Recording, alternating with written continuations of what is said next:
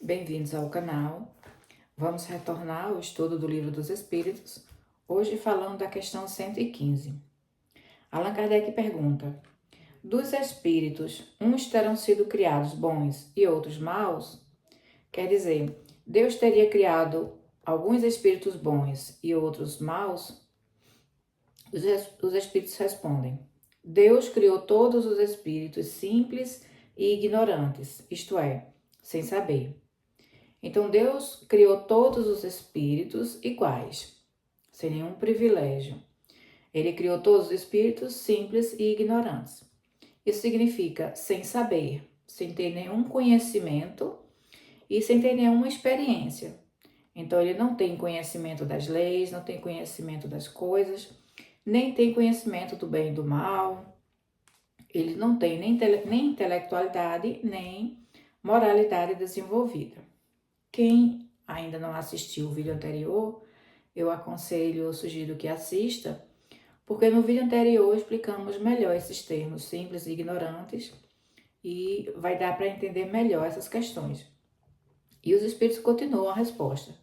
A cada um deu determinada missão com o fim de esclarecê-los e de os fazer chegar progressivamente à perfeição pelo conhecimento da verdade, para aproximá-los de si. Vamos analisar essa parte da resposta. A cada um deu determinada missão, quer dizer, uma tarefa.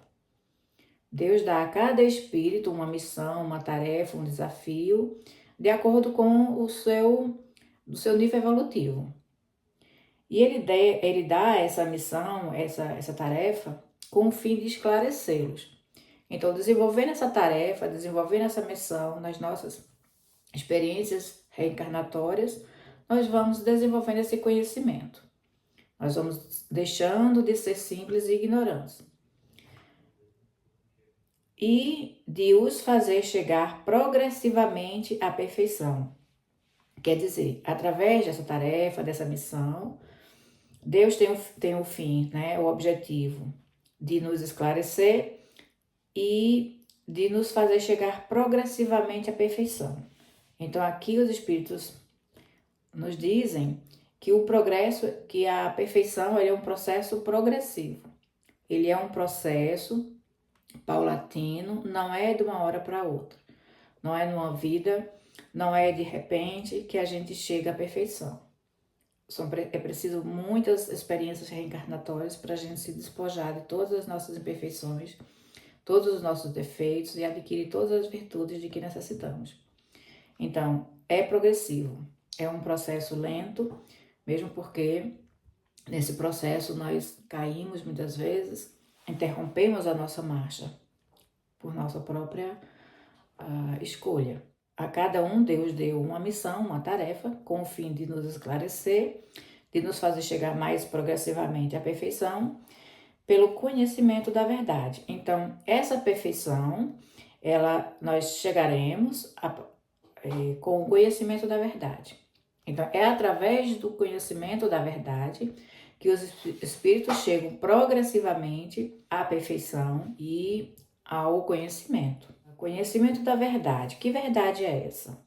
Essa verdade, os filósofos antigos, as tradições antigas, os antigos sábios, eles falavam da verdade de uma forma diferente da que a gente entende hoje. Hoje é comum as pessoas entenderem, compreenderem verdade como aquilo que elas podem ver, podem tocar, tudo que está ao nosso alcance.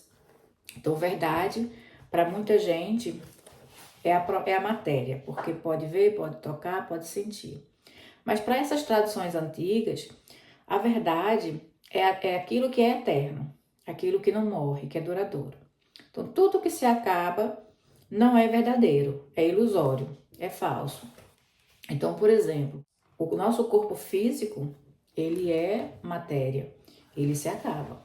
A gente morre, nosso corpo se decompõe. O nosso espírito, ele é imortal. O nosso espírito, ele é duradouro, nunca se acaba. Mas o corpo, não. E no espiritismo, nós podemos trazer um pouco esse conceito para dizer que o que é a verdade? Que verdade é essa que nós precisamos compreender para chegar à perfeição?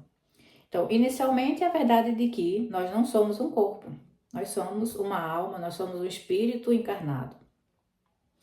E essa é a grande verdade. Quando nos convencermos disso, quando realmente soubermos que nós não somos um corpo, nós não somos uma personalidade, nós somos, sim, um espírito em evolução, um espírito que está aqui, né, passando por experiências reencarnatórias para evoluir e chegar à perfeição.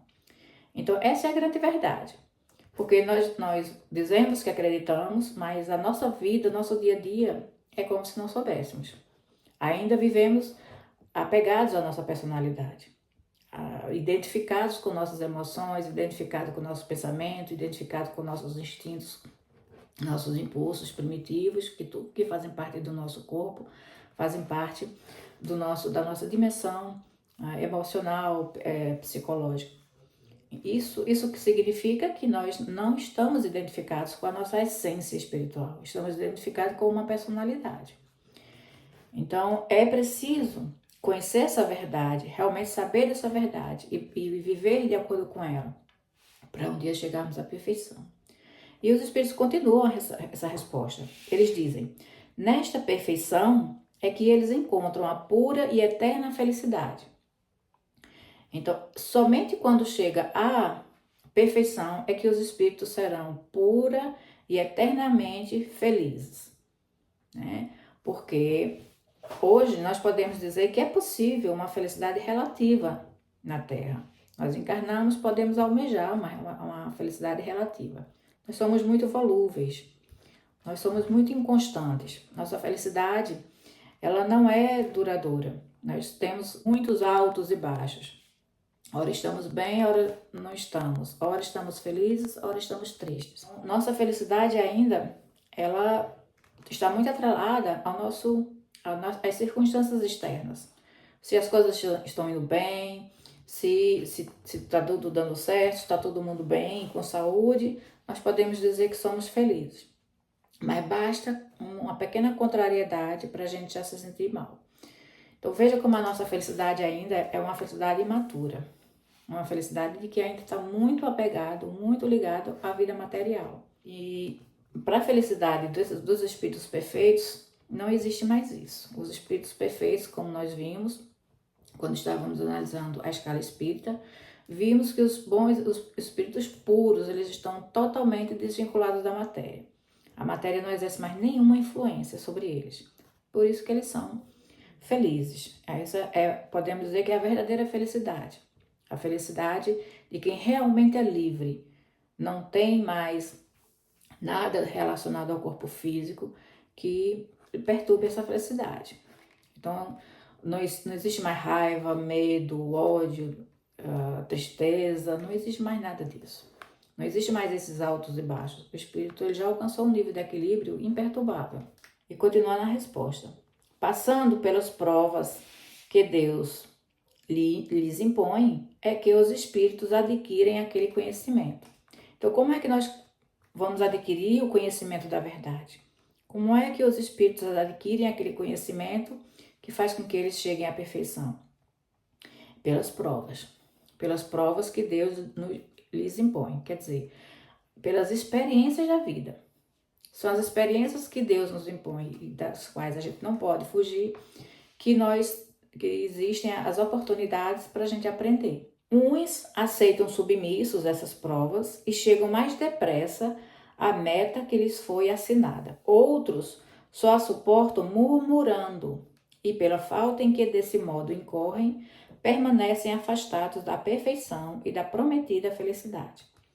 Então veja, aqueles que aceitam as provas, aceitam as experiências da vida como oportunidade de crescimento, oportunidade de aprendizado, vão chegar mais depressa a essa meta de perfeição. Mas aqueles que passam pelo sofrimento, lamentando, murmurando, reclamando, esses não só vão atrasar a chegada a essa perfeição, como ainda estão incorrendo numa falta. Ainda estão esses espíritos que passam pelas experiências, se lamentando, se queixando, eles na verdade estão cometendo um erro. Porque essa atitude de rebeldia perante a lei, perante a vontade de Deus, ela demonstra nossa falta de fé, demonstra nossa rebeldia, demonstra que nós não aceitamos passivamente, nós não aceitamos a vontade de Deus, os desígnios de Deus. Queremos que seja feita a nossa vontade. Só Deus sabe o que nós precisamos. Só Deus, que é a verdadeira justiça, bondade, sabedoria, é que sabe o que nós precisamos para evoluir. Existe um ditado que diz, né, que nós não devemos ter cuidado com o que a gente deseja, porque a gente pode conseguir. Então, nem tudo que a gente deseja é para o nosso bem, vai nos fazer realmente felizes. Pode satisfazer nosso ego por um tempo, pode nos dar contentamento por um tempo, mas pode nos trazer consequências funestas para a nossa evolução espiritual. Então, só Deus sabe o que realmente nós precisamos para chegarmos à perfeição como espírito. Um pai, ele não vai ficar fazendo todos os desejos, ou pelo menos não deveria, fazer todos os desejos, os caprichos dos seus filhos, só porque eles estão lá fazendo birra. Assim mesmo é o nosso pai, né? Deus, ele sim sabe o que é melhor pra gente. Então não deveríamos passar pelas experiências murmurando, porque isso mostra que nós não temos fé, que nós realmente não confiamos em Deus. Outro detalhe para a gente analisar aqui, né? Quando ele fala, permanecem afastados da perfeição e da prometida felicidade. Então veja, essa prometida felicidade, não é que Deus prometeu a felicidade para alguns eleitos. Não é algo, a felicidade não é algo que ele sai distribuindo para quem ele quiser. A felicidade é algo que é conquistado, é uma conquista de cada um de nós. Através da nossa depuração, através da aquisição do conhecimento, né, da evolução intelectual e moral, o espírito ele vai conquistando a felicidade.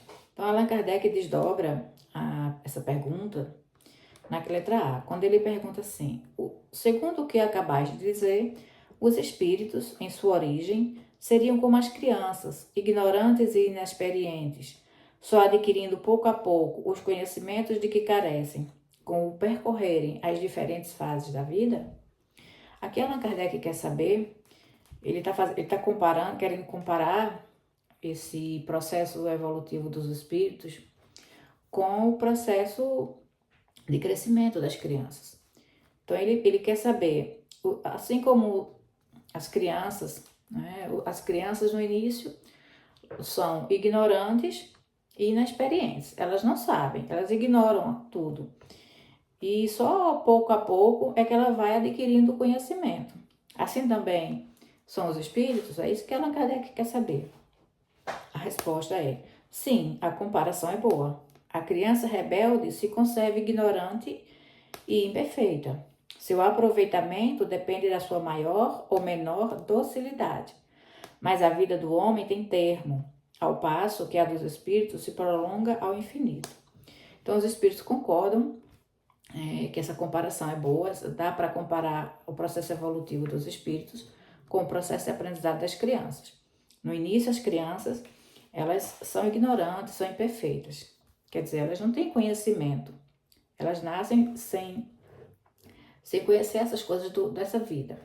E aí, somente pouco a pouco, à medida que elas vão crescendo, é que elas vão adquirindo esse conhecimento, elas vão aprendendo. Mas a vida do homem tem termo, quer dizer, tem fim. O homem morre, ao passo que os espíritos se prolongam ao infinito. Então, os espíritos não morrem. O espírito é imortal. E se nós compreendermos, né, essa verdade, se nós aceitarmos isso como a grande verdade e buscarmos realmente aproveitar as experiências da vida para aprender, nós vamos chegar mais rápido à perfeição e à verdadeira felicidade. É isso que essa questão está nos dizendo. Então, espero todos na próxima. Até mais.